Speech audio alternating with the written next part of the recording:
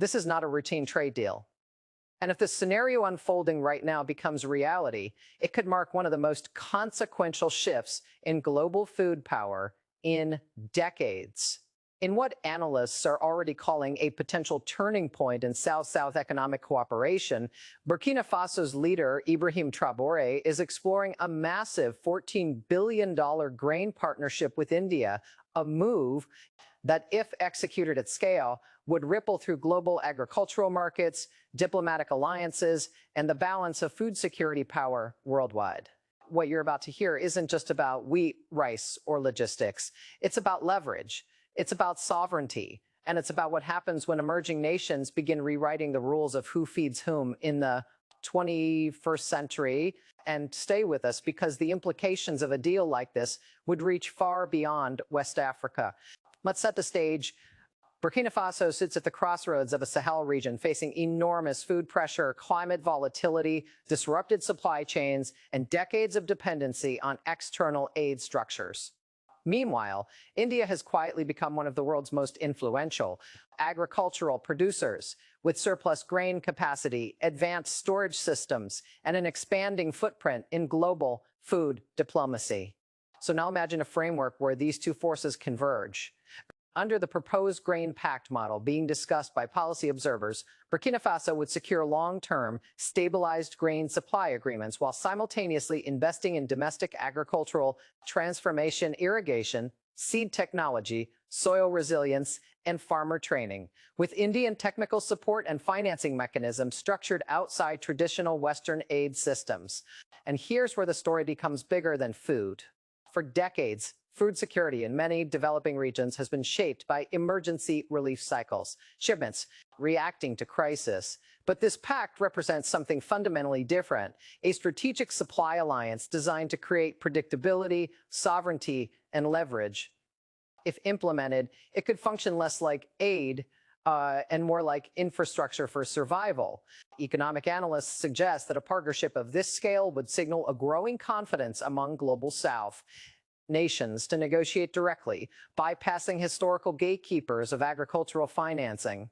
Instead of reacting to shortages, the focus shifts to long-term resilience. And that changes the conversation entirely, because food is not just nutrition. Food is stability.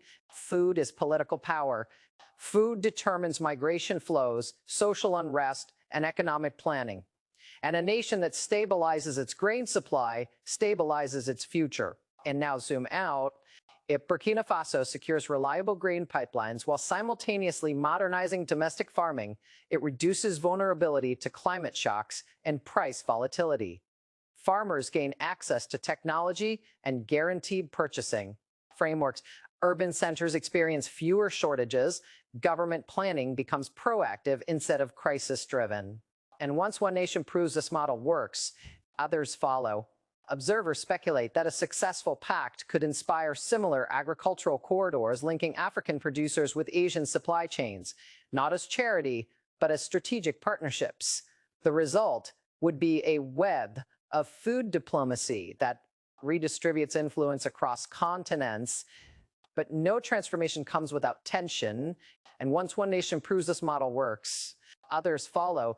Observers speculate that a successful pact could inspire similar agricultural corridors, linking African producers with Asian supply chains, not as charity, but as strategic partnerships. The result would be a web of food diplomacy that redistributes influence across continents. But no transformation comes without tension. Picture a farming community in western Burkina Faso. A family that has endured seasonal uncertainty for generations suddenly has access to modern seed varieties, irrigation planning, and predictable grain reserves. Crop failure no longer equals catastrophe. Children stay in school instead of migrating for work. Local markets stabilize. This is what food security looks like when it becomes infrastructure instead of emergency relief. Critics would inevitably question sustainability, governance, and long-term debt implications, fair concerns in any project of this scale. But supporters would argue that structured partnerships focused on capacity building represent a shift toward agency rather than dependency, and that philosophical divide is where the real debate lives. Because at its core, this isn't just a grain pact. It's a thought experiment about what happens when developing nations treat food as strategic architecture, the same way superpowers treat energy or technology.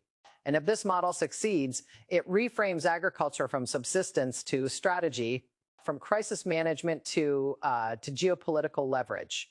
And that is why analysts worldwide would watch every stage of such an agreement with intense interest. Because history shows that civilizations aren't only shaped by wars or borders, they are shaped by who controls supply, who stabilizes scarcity, who turns survival into strength. And if Burkina Faso and India demonstrate that a global South Grain alliance can deliver resilience at scale, the ripple effects could influence trade, diplomacy, development frameworks, and agricultural innovation far beyond Africa. So here's the question this scenario raises. What happens when food security becomes a platform for sovereignty instead of dependency? What happens when nations build stability through partnership rather than emergency relief? And what happens when the architecture of survival itself becomes a tool of geopolitical strategy? Whether this pact becomes reality or remains a blueprint, the message is unmistakable. The future of global power may not only be written in technology or finance, but in the quiet, strategic movement of grain. And the nations that understand that first will shape what comes next. So